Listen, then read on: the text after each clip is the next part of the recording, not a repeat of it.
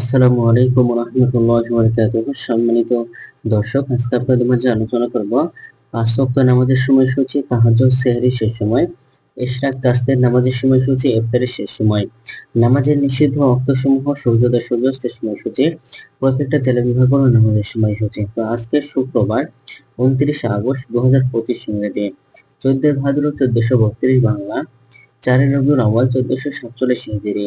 ঢাকা এবং পার্শ্ববর্তী এলাকার নামাজের সময়সূচিগুলো তুলে ধরবো। তারপরে অন্যান্য জেলা বিভাগ করে নামাজের সময়সূচিগুলো তুলে ধরবো। আপনারা একটা লাইক, কমেন্ট এবং শেয়ার করে সাথে থাকুন। আজকে ফজরের নামাজের ওয়াক্ত শুরু হবে 4টা 19 মিনিটে। ফজরের নামাজের ওয়াক্ত শেষ হবে 5টা 33 মিনিটে। জোহরের নামাজের ওয়াক্ত শুরু হবে 12টায় এবং শেষ হবে 4টা 29 মিনিটে। আসরের নামাজের ওয়াক্ত শুরু হবে 4টা 30 মিনিটে। আসরের নামাজের ওয়াক্ত শেষ হবে 6টা 2 মিনিটে।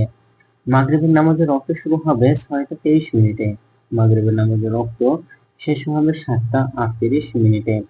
এশার নামাজের ওয়াক্ত শুরু হবে 7টা 39 মিনিটে। এশার নামাজের ওয়াক্ত শেষ হবে 4টা 13 মিনিটে। আজকের ঢাকা এবং পার্শ্ববর্তী এলাকার সেহরির শেষ সময় হলো 4টা 13 মিনিটে। ইফতারের সময় সন্ধ্যা 6টা 23 মিনিটে। আজকের নফল নামাজের উত্তম সময় হলো ইশরাক, ওয়াক্ত শুরু হবে 5টা 48 থেকে 8টা 35 পর্যন্ত এবং চাষতের নামাজের ওয়াক্ত শুরু হবে 8টা 36 থেকে 11টা 53 পর্যন্ত এবং তাহাজ্জুদ নামাজের উত্তম সময় হলো রাত 9টা 49 থেকে 4টা 13 মিনিট পর্যন্ত। এবং আজকের নিষিদ্ধ নামাজের নিষিদ্ধ ওয়াক্ত হলো 3টা সময়, সকালে 5টা 34 থেকে 5টা 47 পর্যন্ত, দুপুরে 11টা 54 থেকে 11টা 59 পর্যন্ত এবং সন্ধ্যায় 6টা 3 থেকে 6টা 19 পর্যন্ত। এই সময়ের মধ্যে কোনো প্রকার নামাজ আদায় করতে পারবেন না। এগুলো ঢাকা এবং পার্শ্ববর্তী এলাকার নামাজের সময়সূচি। এখন আপনাদের মাঝে আলোচনা করব বিভাগীয় শহরের জন্য উল্লেখিত সময়ের সঙ্গে যেসব বিভাগের সময় আপনার যোগ বিয়োগ করবেন।